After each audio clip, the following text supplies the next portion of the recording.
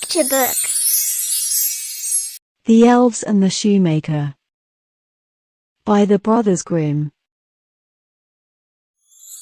A shoemaker, by no fault of his own, had become so poor that at last he had nothing left but leather for one pair of shoes. So in the evening, he cut out the shoes which he wished to begin to make the next morning, and as he had a good conscience, he lay down quietly in his bed, commended himself to God, and fell asleep. In the morning, after he had said his prayers, and was just going to sit down to work, the two shoes stood quite finished on his table. He was astounded, and knew not what to say to it. He took the shoes in his hands to observe them closer, and they were so neatly made that there was not one bad stitch in them, just as if they were intended as a masterpiece. Soon after, a buyer came in, and as the shoes pleased him so well, he paid more for them than was customary, and, with the money, the shoemaker was able to purchase leather for 2 pairs of shoes. He cut them out at night, and next morning was about to set to work with fresh courage. But he had no need to do so, for, when he got up, they were already made, and buyers also were not wanting, who gave him money enough to buy leather for 4 pairs of shoes. The following morning, too, he found the 4 pairs made. And so it went on constantly. What he cut out in the evening was finished by the morning, so that he soon had his honest independence again, and at last became a wealthy man. Now it befell that one evening not long before Christmas, when the man had been cutting out, he said to his wife, before going to bed, "What think you if we were to stay up tonight to see who it is that lends us this helping hand?"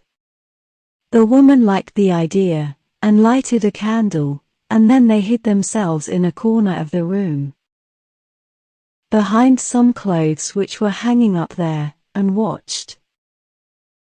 When it was midnight, 2 pretty little naked men came, sat down by the shoemaker's table, took all the work which was cut out before them and began to stitch, and sew, and hammer so skillfully and so quickly with their little fingers that the shoemaker could not turn away his eyes for astonishment. They did not stop until all was done, and stood finished on the table, and they ran quickly away. Next morning the woman said, "The little men have made us rich, and we really must show that we are grateful for it. They run about so, and have nothing on, and must be cold. I'll tell thee what I'll do.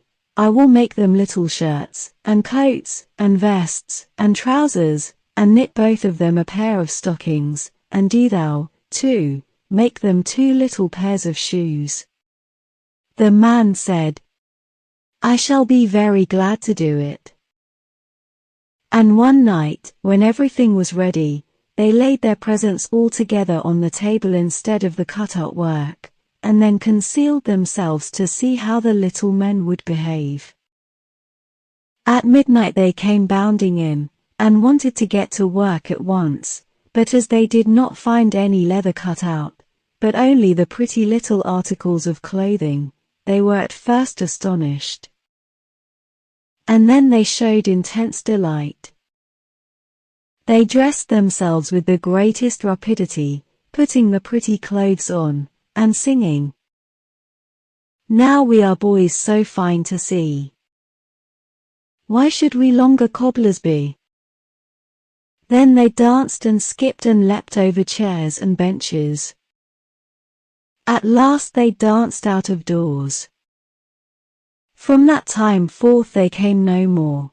But as long as the shoemaker lived all went well with him, and all his undertakings prospered.